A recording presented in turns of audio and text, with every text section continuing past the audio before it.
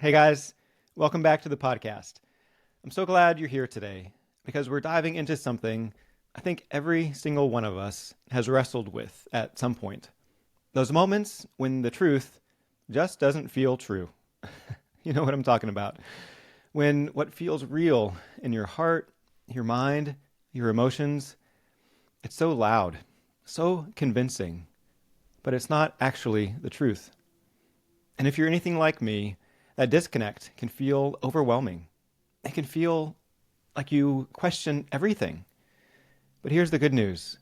Just because the truth doesn't feel true in the moment doesn't mean it's not true. And today, we're going to unpack that together. My name is Jason Mellard. I'm a certified high-performance coach, writer, and the founder of Own Your Identity. I'm committed to empowering men to live beyond their unwanted same-sex attractions and into their purpose through the power of Christ and for the glory of God. Let me share a personal example of what I mean when I talk about the disconnect between what feels true and what is true. For me, one of the biggest struggles I've faced has been with my romantic feelings toward other men. There were times when those feelings were so overwhelming, so consuming, that they felt like the ultimate truth about who I was and what I needed. It felt true that giving myself over to a man sexually would somehow be the answer to this deep longing I felt to be wanted, to be loved, to feel whole. That's what felt true in the moment. But what I truly desired deep down was to be a steady, loving man that a woman can lean on, to meet her needs, to build a life together, to enjoy a beautiful, flourishing relationship in every sense of the word. That is what I wanted. That's what I chose to believe that God had designed for me. But man, it didn't always feel that way. Here's where it really got hard for me. I was scared. I was scared because I didn't have the same romantic feelings towards women that I did toward men. Sure, I could tell a girl was beautiful. I was drawn to different women. I liked them. I went on dates with girls I genuinely enjoyed being around. But I had this fear, this deep, gnawing fear, that I wouldn't be enough for them, that I couldn't give them what they deserved because I wasn't sexually aroused by them or enamored with them the way I was with some guys.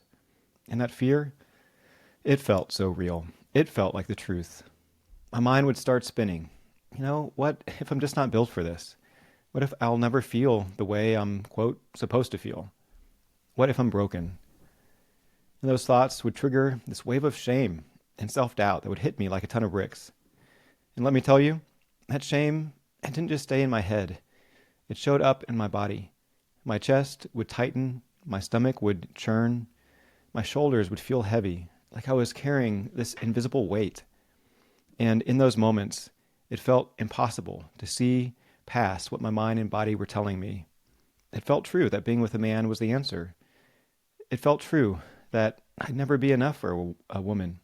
But those feelings, they were loud, they were convincing, but they weren't the truth. So, how did I start to untangle it? How did this truth start to feel more true? It started with getting really honest with myself about what it was that I truly wanted. Not what my feelings were telling me in the moment, but what I wanted for my life, for my future, for my relationships. And what I wanted, what I knew I wanted, was to build a life with a woman, to have a relationship that was intimate, steady, and flourishing, to be the kind of man who could love and serve and lead in a way that honored God's design for me. That was the truth I believed. And even though it didn't always feel true, I chose to believe it and I chose to act on it. And let me tell you, it wasn't easy because there were moments when those feelings would come rushing back and I'd have to stop and remind myself, this is just a feeling. It's valid. It's real. But it's not the truth. It's not the real me. I'd have to speak the truth that I loved out loud. That God created me uniquely for a woman. I am enough. I am capable of building the kind of relationship I desire. And over time, as I kept anchoring myself in the truth, those feelings started to lose their power. They didn't disappear overnight, but they stopped defining me. They stopped dictating my choices. And that's when I started to feel free. So I want to break this down a bit. The concept of living aligned with the truth, despite our feelings. It starts with our thoughts. This can apply to any kind of truth that doesn't feel true. Maybe it's the thought, I'm weak, or I just don't cut it, or I'm too broken for anyone to love me. In that thought, it triggers an emotion. Maybe that emotion is shame, fear, sadness, or anger. And here's the thing about emotions. They're immediate. They hit us like a wave. They're physical. Your chest tightens, your stomach drops, your breathing gets shallow, your shoulders tense up. And because emotions are so visceral, they feel true. They feel like reality. But the key is, emotions are not facts. They're just signals. They're telling us, pay attention. But they're not the whole story. And where it gets tricky, that initial emotion, let's say it's shame, it starts to spiral. Your mind grabs onto it and starts spinning a story. I'll never be enough. People will get hurt if they know me fully. Why even try? And the more you think those thoughts, the more the emotion intensifies. It's like pouring gasoline on a fire. And before you know it, you're stuck in this loop where what feels true, I'm not enough, completely drowns out what is true, that you are loved, you are complete in Christ, and that you're not defined by your struggles. So, in that moment, you notice yourself spiraling. When the thoughts and emotions start to take over, pause. Take a deep breath. Ask yourself, what am I feeling right now? Where is it showing up in my body? Am I feeling tense, anxious, overwhelmed? That's a sign that your feelings are trying to take over. Just notice the sensations. Don't judge them. Don't try to fix them.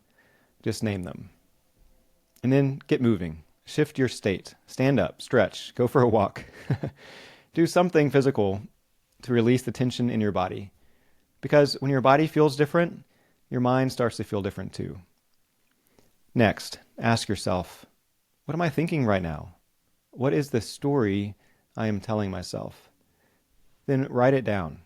Get it out of your head and onto paper. Because when you see it written down, it loses some of its power. It stops feeling so overwhelming. Now, here's a critical step. Challenge the thought.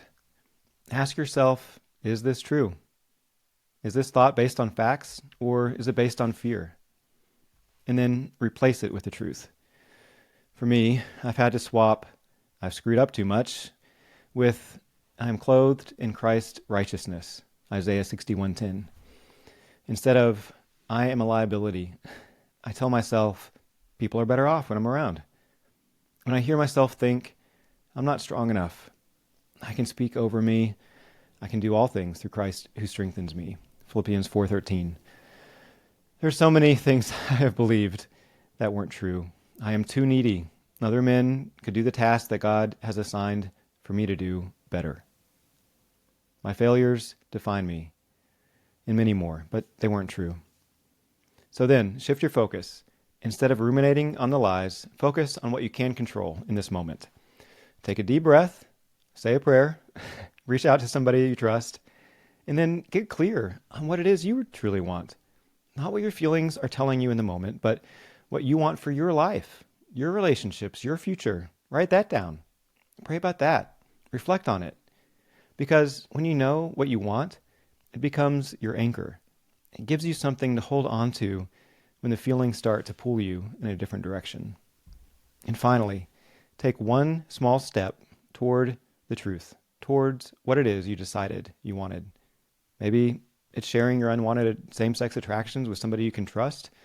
Maybe it's going on a date with somebody that you're interested in, even if it feels scary.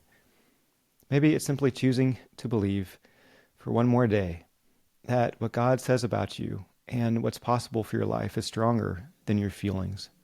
Whatever it is, take this step.